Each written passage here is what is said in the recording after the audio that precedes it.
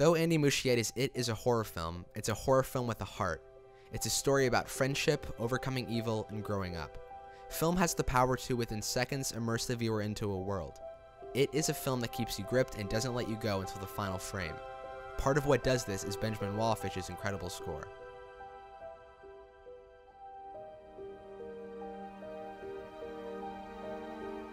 The first thing you'll notice at the beginning of the film is the truly disturbing faint singing of a little girl. As Benjamin Wallfisch exposed in his Reddit Q&A, this is actually an 18th century song titled Oranges and Lemons. This song deals with topics of child sacrifice, execution, and isn't exactly charming. At first, the voice is without accompaniment and quite exposed, letting the viewer know what they really just got themselves into. Panning is also utilized to really mess with your head and to make what you are hearing all the more immersive in the most horrific way possible. Then, there's a very sudden gust of fresh air when a piano is introduced, carrying with it one of the main themes of the film. At this point, you can tell that it's not just going to be another horror score.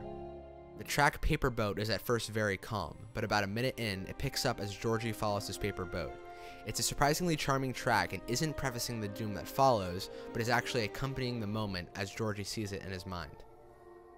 As we move into the track Georgie Meet Pennywise, it looks like Benjamin and Andy, the director, made the decision that the music wasn't going to suddenly go insanely dark with low basses and drones, but it was going to oddly creep up on you and then attack just as Pennywise does. The way that they build this tension is of course using harmonics. Later in the track, Wallfisch reintroduces the Oranges and Lemons tune, but in a hummed version. This is as Pennywise is talking about the circus. The Oranges and Lemons tune is used in the score when Pennywise is contemplating attacking or attacking. It's definitely part of Pennywise's musical identity in the film. During the well sequence at the end of the film, it's amazing how Wallfisch's music really makes you feel as though you're descending into Pennywise's world. The way he uses textures and orchestration is perfect. It doesn't give you too much emotion, but it opens up the door for you to feel that emotion.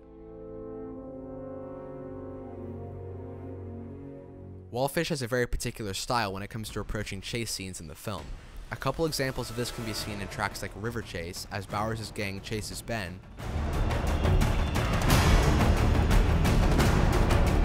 and Egg Boy, as Ben is introduced to Pennywise.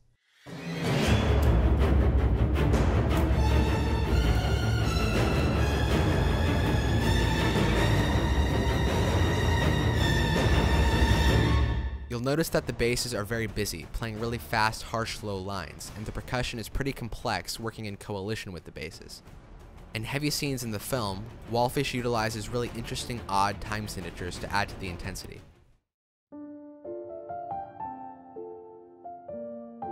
The scene where the kids are swimming at the quarry is a very important scene in the film, because it's a scene that's purely about friendship. There's no Pennywise, death, or anything out of the ordinary. This scene really shows how the main advantage these kids have is that they're outsiders. This is the thing that unites them, and musically, the track Beverly describes all of these things. It's very simple, mainly carried by a piano, but I think this track is really the heart of the Losers Club and is perfect for this scene.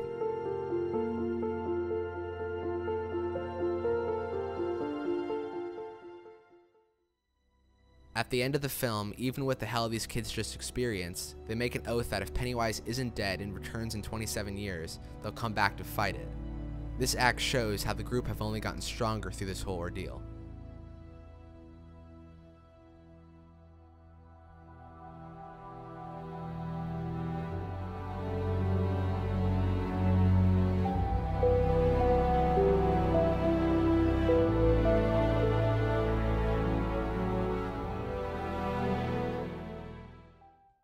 At the end of a horror film, you might have a jump scare, or one of those situations where you thought everything was okay but actually isn't, but in this case, we have a very small, intimate, emotional ending between Bill and Beverly. This just goes to show that the heart of the film isn't Pennywise, but it's the strength in the relationship that these kids have with each other.